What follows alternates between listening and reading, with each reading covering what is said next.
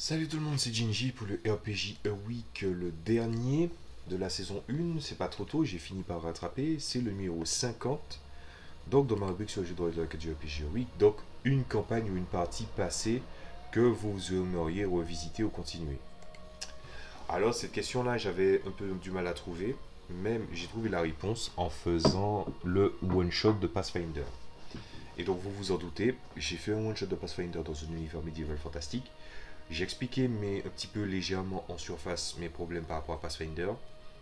Si je devais refaire une campagne ou une partie, ça serait celle-là. Parce que elle s'est divisée en trois parties. Donc c'était pas tant un one shot que ça. Ensuite, il y a le fait que le système mettait certains joueurs en arrière. Alors j'ai beau avoir expliqué aux joueurs pourquoi c'est parti en couille, pourquoi les mages étaient beaucoup plus puissants, pourquoi mon personnage qui est à moitié dragon avec une classe de prestige tapait fort. Je pense que c'est resté dans la tête des joueurs qu'il y avait des joueurs moins importants que d'autres en matière d'efficacité. Et je pense que c'est dû à Pathfinder justement. Il n'y a pas d'équilibre entre les classes. Voilà. Entre les races, il n'y a rien à dire. Entre les classes, c'est à revoir, vraiment à revoir. Et si je devais refaire ce one shot, je le ferai avec le W système de luxe. Encore une fois, je vais vous remonter ce jeu de prestige. Voilà. Donc, je sais pas si je pourrais vous montrer le truc par proprement. Je sais que ça monte à l'envers quand moi je regarde l'écran, mais ça vous montrera à l'endroit. Donc, vous voyez ici, vous avez les caracs.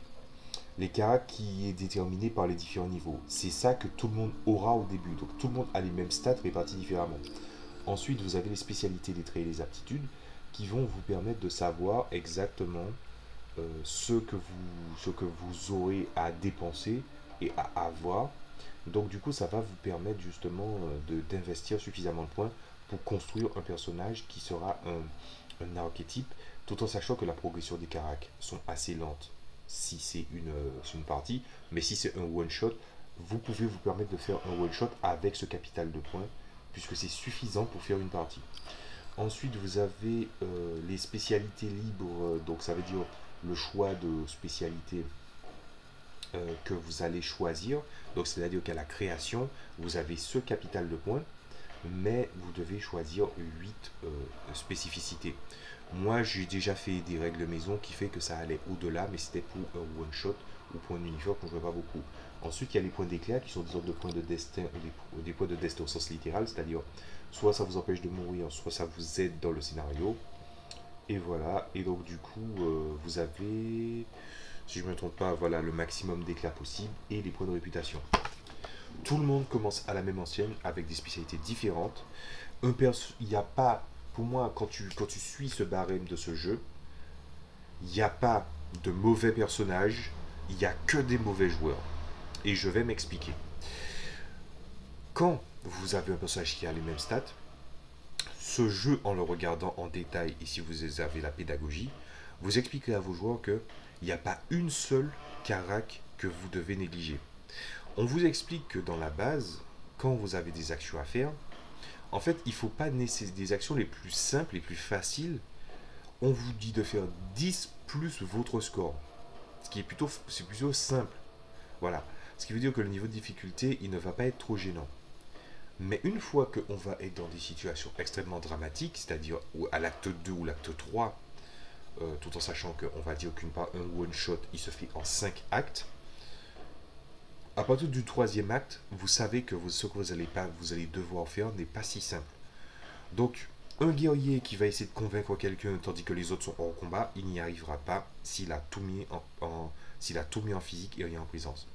Quelqu'un qui passe son temps à faire de la perception et à observer les réactions des gens ou la psychologie, à force d'être versé sur la psychologie observée par son personnage et aussi peut-être en mettant trop dans le mental, il n'aura pas de présence pour pouvoir être convaincant et il n'aura pas de physique pour pouvoir tenir la route.